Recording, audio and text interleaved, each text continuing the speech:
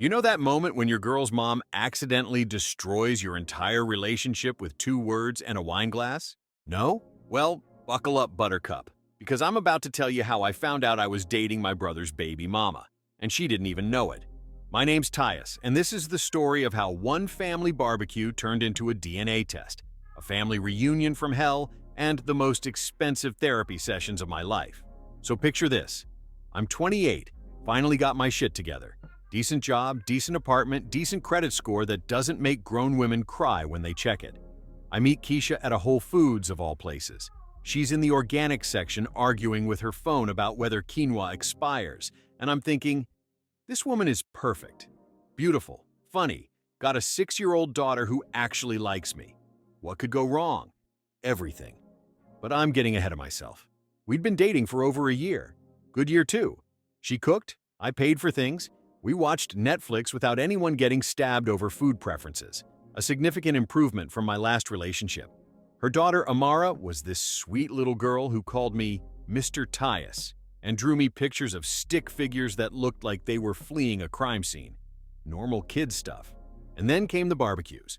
Now, I should have known something was up when Keisha started dragging me to every single family function. Yes, Labor Day barbecue, Columbus Day barbecue, Thanksgiving barbecue. Hell, I think they had a barbecue to celebrate the first barbecue. These people loved burnt meat and awkward small talk more than life itself. But I went because that's what you do when you're trying to be the good boyfriend. You smile, you nod, you pretend to care about Cousin Ray's new truck and Aunt Beverly's bunion surgery. So there I am, third barbecue in a month, which should have been my first clue that this family had some serious attachment issues, holding a plate of ribs that had the texture of charcoal briquettes. I'm nodding along to her Uncle Jerome's fantasy football picks, trying not to choke on what I can only assume used to be edible meat. That's when Keisha's mom, Patricia, glides over. Now, Patricia's one of those women who thinks white wine gives her personality. She's got that tipsy confidence where everything she says sounds like it's wrapped in air quotes.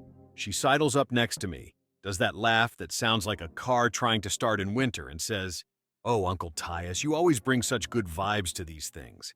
Uncle, I laughed. Had to. What else do you do when someone just casually reassigns your family role mid-conversation? That's a new one, I said, trying to keep it light. Uncle Tyus? Patricia's eyes got that glassy look wine gives middle-aged women when they think they're being profound. Oh, honey, she said, patting my arm like I was a golden retriever. It just fits you. Fits how, though? I wanted to ask but didn't because you don't question drunk women holding barbecue tongs. That's how you end up as a cautionary tale. But the word stuck to me like that barbecue sauce that never comes out of white shirts. Uncle. Why, uncle? I wasn't old enough to be anyone's uncle in this family. Hell, I was younger than half her cousins. After dinner, I couldn't shake it. Uncle Tyus. It kept bouncing around my head like a basketball in an empty gym. So, while everyone's in the backyard arguing about whether Beyoncé or Whitney had the better national anthem, I slip back into the house. That's when I see it. The hallway in Keisha's mom's house is like a shrine to family history. Pictures everywhere. Weddings, graduations, babies, more babies, and random Tuesday afternoons that somehow made it to frame-worthy status. But there's one picture that stops me cold. It's from 2016. A baby picture of Amara. Had to be, because this kid looked exactly like her. And holding this baby is a man who looks exactly like me. Same face structure, same smile, same hairline that's been threatening to abandon ship since I turned 25. Hell, he's even wearing a gray Champion hoodie that looks identical to mine. I lean in closer, squinting like I'm trying to solve a puzzle in a cereal box. That's when I see it. A bleach stain on the left sleeve of his hoodie. Small, shaped like a comma. The same exact bleach stain that's been on my hoodie since I accidentally splashed cleaning solution on it 3 years ago. My blood pressure shoots up so fast I can practically hear my arteries filing a complaint. Now, I'm not saying I invented gray Champion hoodies with oddly specific bleach stains, but I am saying the odds of 2 men who look like twins wearing identical damaged clothing while holding the same baby are about as likely as me winning the lottery while getting struck by lightning during a solar eclipse. Which means either A. I've been cloned by a very petty god with a twisted sense of humor, or B. This man is related to me. And since I haven't seen any clone factories in my neighborhood lately, option B is looking real probable. I pull out my phone and zoom in on the photo like I'm CSI Miami. There it is. Same bleach stain, same everything. But here's the thing. 6 years ago, I was in Philadelphia, dating a bartender named Crystal who tried to stab me with a butter knife over a Chick-fil-A chicken biscuit. Long story. Point is, I was nowhere near this baby or this family.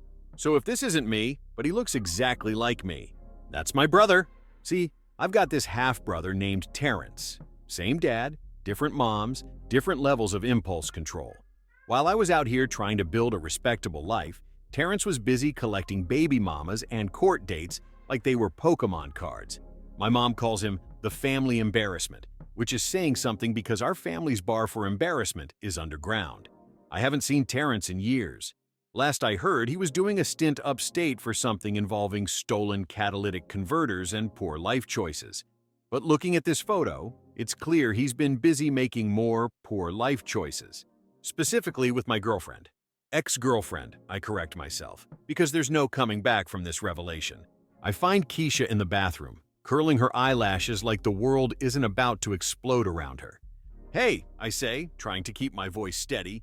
"Why'd your mom call me uncle earlier?" She doesn't even look away from the mirror. Probably just being cute. You know how she gets with the wine. That's when I decide to drop the nuclear option. Was Amara's dad ever in prison? The eyelash curler freezes mid-curl. She turns to look at me like I just asked her to solve calculus while juggling. What kind of question is that? The kind people ask when they find baby photos featuring a man who shares their exact facial structure and fashion disasters. Her face goes through about 17 different emotions in the span of 3 seconds. Confusion, realization, panic, and what I can only describe as the look someone gets when they realize they've been accidentally committing some form of familial fraud. I can explain. Please do. Because right now I'm trying to figure out if I've been dating my sister-in-law or if there's some kind of cosmic joke happening at my expense. She starts crying. Not the pretty kind of crying they do in movies, but the ugly, mascara-running, snot bubble kind that makes you question all your life choices. Through the tears, she finally spills it. Yes, okay? Amara's dad went to prison. His name is Terrence. He used to date my cousin Monica, but we had a thing. It was a mistake. A stupid drunk mistake that lasted 3 months and resulted in a baby. Terrence, my brother, the family embarrassment strikes again. So let me get this straight, I say, sitting on the edge of her bathtub because my legs suddenly feel like overcooked spaghetti. You had a baby with my brother, didn't know he was my brother, and have been dating me for over a year without putting 2 and 2 together? I didn't know he was your brother. You never talk about your family. She's right. I don't talk about my family because my family reads like a cautionary tale about the dangers of unprotected sex and poor decision-making. But still, now you might think this is where I storm out, delete her number, and start dating someone who doesn't come with a built-in connection to my gene pool. But you'd be wrong, because I'm petty. And when I'm petty, I need proof. Cold, hard, scientific proof that can't be argued with or explained away with tears and wine. So I do what any reasonable person would do in this situation. I order a DNA test kit online. 2 days later, I've got this little kit that promises to unlock the mysteries of biological relationships with just a cheek swab. I swab my mouth, feeling like a detective in a crime show where the crime is my dating life. But I need Amara's DNA too, and I can't exactly walk up to a 6-year-old and say, "Hey sweetie, can Uncle Tyus swab your mouth for science?" So I get creative. Kids are constantly drinking juice boxes, leaving straws everywhere like tiny genetic evidence markers. I grab one of Amara's used straws, which sounds creepy when I say it out loud, but desperate times call for desperate measures. I mail off both samples like I'm submitting my resignation letter from normal life. 2 weeks later, the results come back. Biological relationship, uncle-niece. Confidence level, 99.7%. That remaining 0.3% of doubt? That was my sanity hanging on by a thread. At this point, any reasonable person would have packed their bags and moved to a different state. Maybe changed their name. Started fresh somewhere nobody knows about your accidental foray into dating within the extended family tree. But I'm not reasonable. I'm curious. And curiosity, as we all know, is how you end up with stories like this. So instead of leaving, I decide to stick around and see what other bombshells are waiting to explode. Because if there's one thing I've learned in life, It's that when you find one secret, there are usually more hiding in the closet like Christmas presents you're not supposed to know about. And boy, did I find more. I start paying attention to things I'd ignored before, like how Keisha's phone buzzes at weird hours and she always flips it face down real quick. Or how she gets these mysterious phone calls that make her step outside to talk. Or how she sometimes gets this guilty look when Amara asks about her daddy. One night, while Keisha's in the shower, her phone buzzes on the nightstand. The screen lights up with a text preview. "You up? Thinking about you?" From T-Money. T-Money. Because of course my brother goes by T-Money. Because Terrence wasn't quite embarrassing enough on its own. I don't open the message. I'm petty, not a criminal. But I start watching more carefully.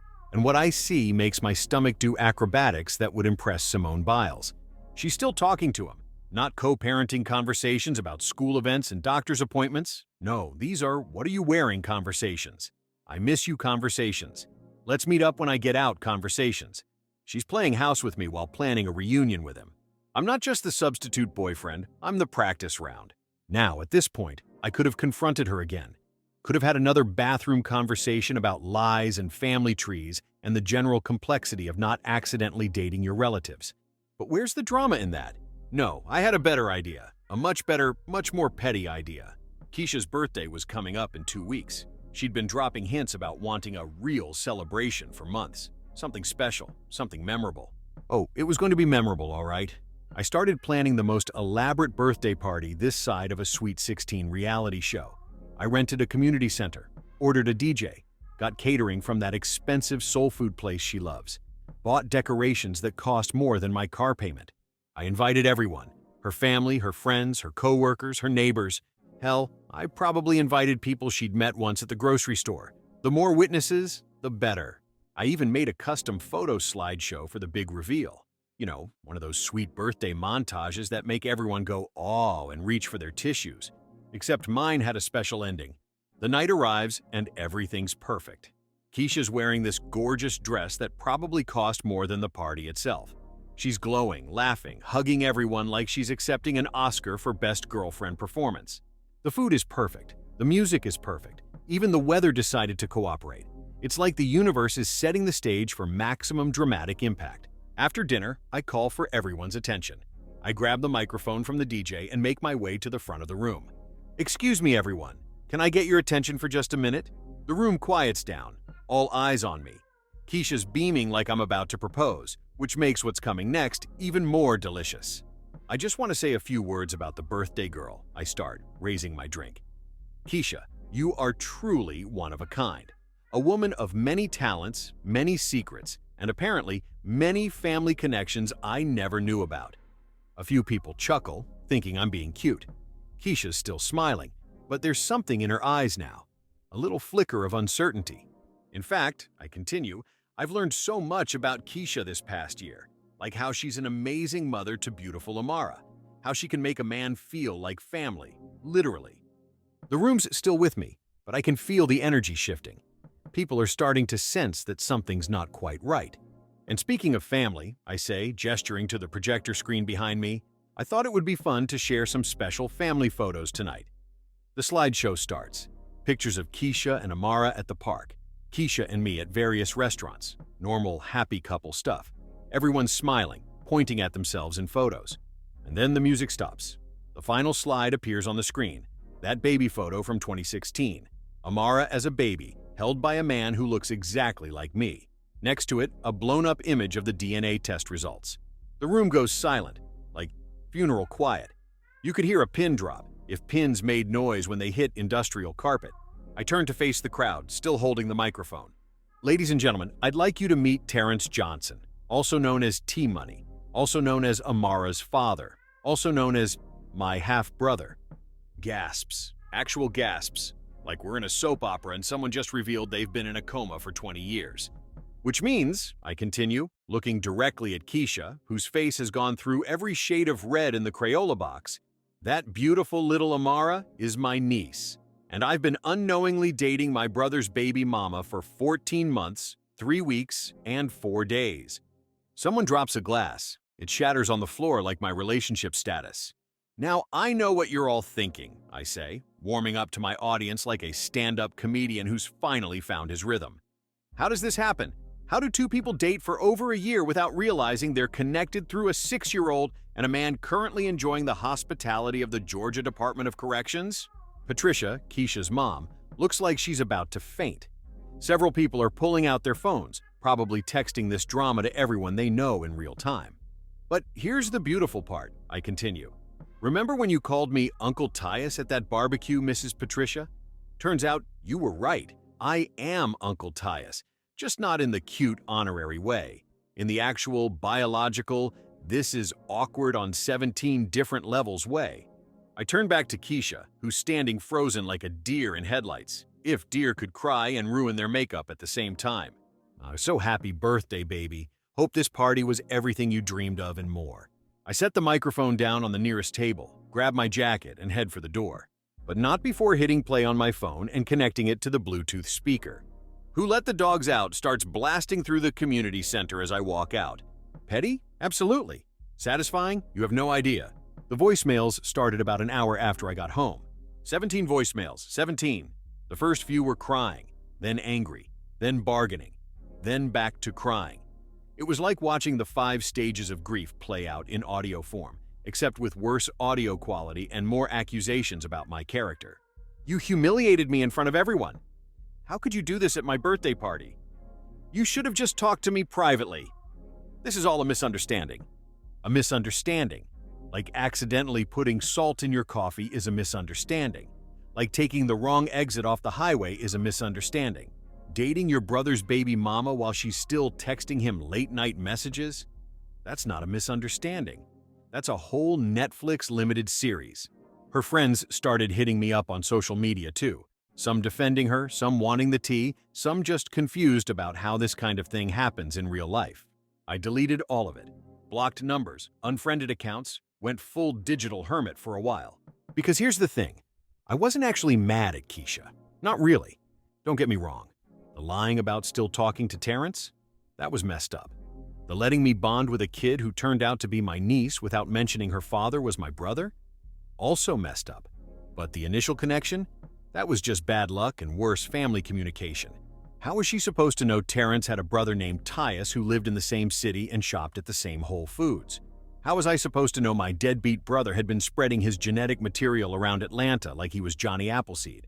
We're both victims of circumstance and poor family record-keeping. Which brings me to where I am now, sitting in Dr. Rodriguez's office every Tuesday at 4 p.m., talking about family dysfunction and trust issues and the surprisingly complex emotions that come with accidentally dating within your extended family tree. Real therapy, not the "I'll figure it out myself" kind of therapy I'd been doing for years. Not the "maybe if I work out hard enough, my problems will disappear" kind of therapy. Actual, professional, let's talk about your feelings therapy.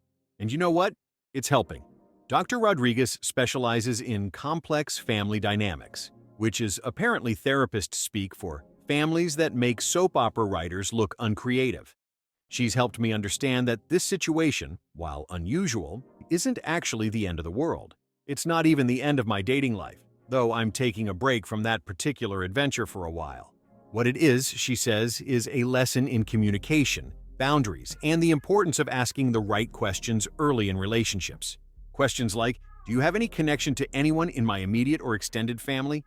Have you ever dated anyone who shares my last name? Are there any surprise relatives I should know about before we get too serious? You know, basic stuff that apparently needs to be covered in Dating 101.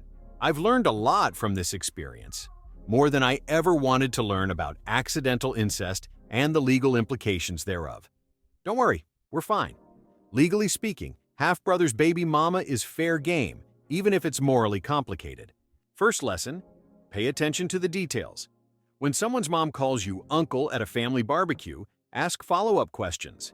When there are baby photos featuring your doppelganger, don't just assume it's a coincidence.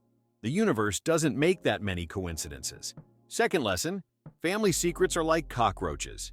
If you find one, there are definitely more hiding somewhere, and they always come out when you least expect them to.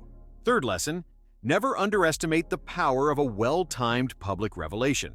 Sometimes people need to be shocked into honesty. Is it petty? Yes. Is it effective? Also, yes. Fourth lesson, therapy is worth every penny, especially when your life starts reading like a rejected Jerry Springer episode. And the final lesson: always, always, always do a background check. Not just on the person you're dating, but on their family, their ex-boyfriends, and anyone who might be related to you within 3 degrees of separation. Because you never know when you might accidentally become Uncle Tyus. So where are we now? Keisha and I obviously didn't work out. Shocking, I know. Hard to come back from surprise, we're family as a relationship obstacle. But we're civil. We have to be. Amara's still my niece, and despite everything, I want to be part of her life. Just, in the actual uncle capacity this time. Terrence got out of prison about 6 months ago. We had coffee. Awkward coffee, but coffee nonetheless. Turns out, he didn't know about me and Keisha either. He thought it was hilarious. Called it the most Terrence thing that ever happened without Terrence actually doing anything. We're working on our relationship too. Slowly. Turns out, having a mutual connection to the same confused woman is a decent starting point for brotherly bonding. Amara still calls me Uncle Tyus, which feels right now. She doesn't really understand the full story. She's 7, she doesn't need to. But she knows her daddy and her uncle are friends now, and her mom is dating someone new who definitely isn't related to anyone. And me? I'm good. Better than good, actually. I'm dating again. Carefully. With extensive background checks and family tree verification. I've got a whole system now. First 8 questions include relationship history, family dynamics, and a casual inquiry about any potential connections to the Johnson family line. It's working out well. Haven't accidentally dated any more relatives, which I'm counting as a win. And every time I go to a family barbecue, because yes, I still go to family barbecues, just different families now, I listen real carefully when people assign me nicknames. Because words matter, especially when those words are uncle.